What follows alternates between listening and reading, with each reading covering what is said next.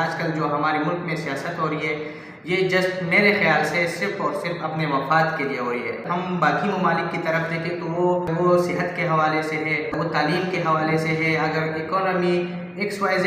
جس حوالے سے بھی آپ دیکھو تو ہر جو ملک بھی ہے وہ ترقی میں ہے۔ ایک غریب ملک ہے، آپ سب کو پتہ ہے۔ ہمارے سیاستدان جو ہے وہ اپنے مفاد کے لیے لگے ہوئے ہیں۔ جو ہمارے عوام ہیں ان کو چاہیے کہ وہ اگر ووٹ دیتے ہیں ان کو چاہیے کہ ان سے پھر اپنا حق مانگے۔ ہمارے صدیوں سے یہ چلتا ہوا آ رہا ہے، سب سے پہلے ہمیں خود کو سدھارنا چاہیے۔ عثمان بھائی ہے ہمارے، یہ ہمارے پاس یہاں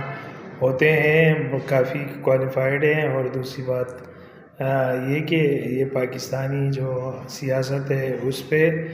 ایک نظر رکھتے ہیں۔ مسئلہ یہ ہے کہ یہ ایک عام پاکستانی ہے، کوئی سیاسی ورکر کچھ نہیں ہے، بٹ مجھے صرف ان سے یہ پوچھنا ہے کہ آپ کی نظر میں یہ جو ہو رہا ہے،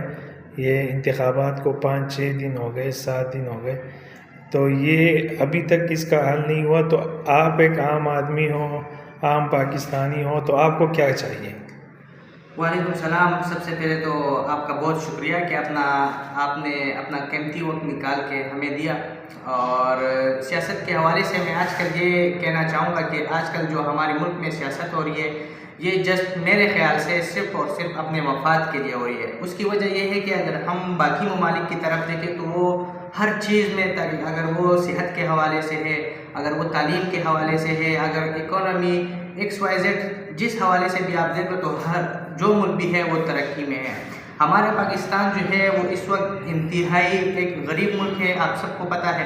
اور ہمارے سیاستدان جو ہے وہ اپنے مفاد کے لیے لگے ہوئے ہیں۔ ہمیں چاہیے، اپنے عوام کے لیے چاہیے، جو ہمارے عوام ہیں ان کو چاہیے کہ وہ اگر ووٹ دیتے ہیں یا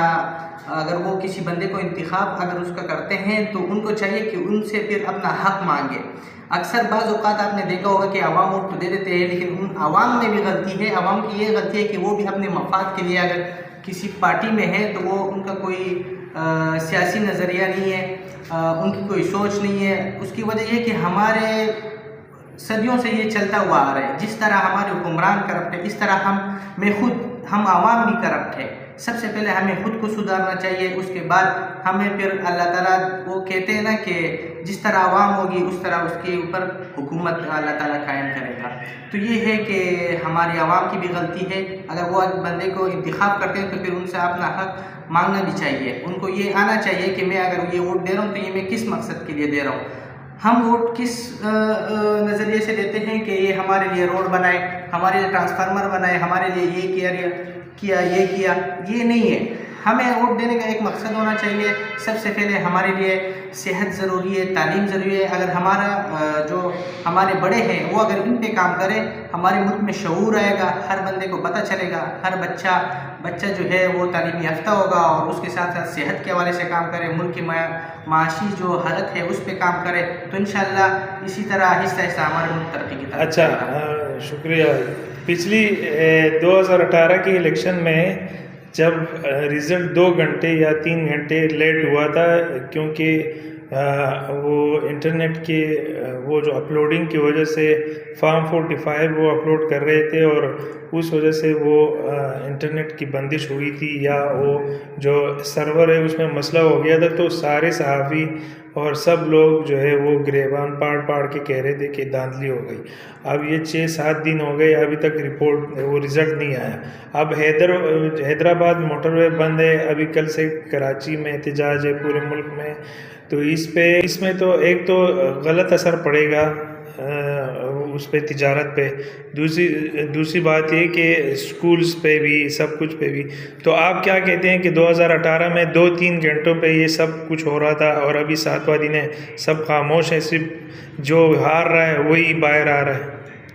اچھا، اس سے تو یہ صاف ظاہر ہوتا ہے، اس سے اگر کسی کو نہ بھی پتہ ہو اس کو بھی یہ پتہ چلتا ہے کہ سب سے اہم سوال یہ ہے کہ انٹرنیٹ بند کیوں ہو جاتا ہے۔ باقی ممالک میں بھی ووٹس ہوتے ہوں گے، وہاں پہ تو یہ سلسلہ نہیں چلتا، پاکستان میں یہ کیوں ہوتا ہے؟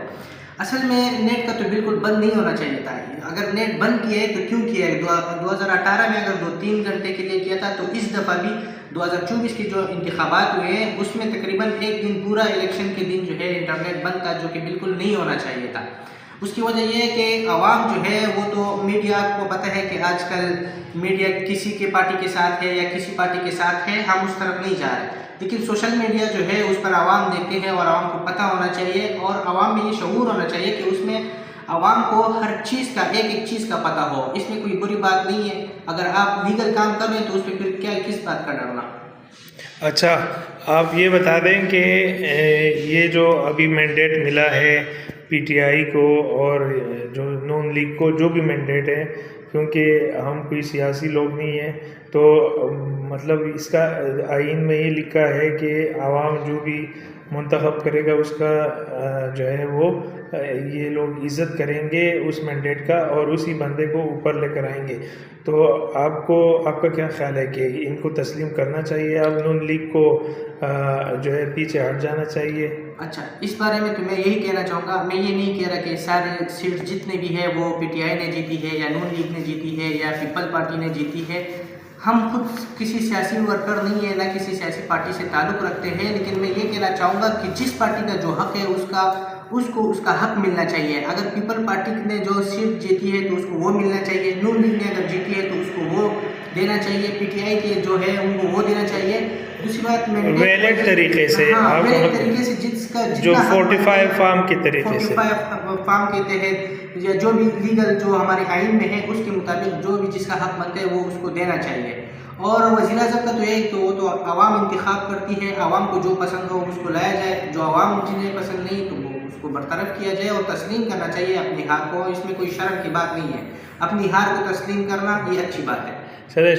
Thank you so much, thank you.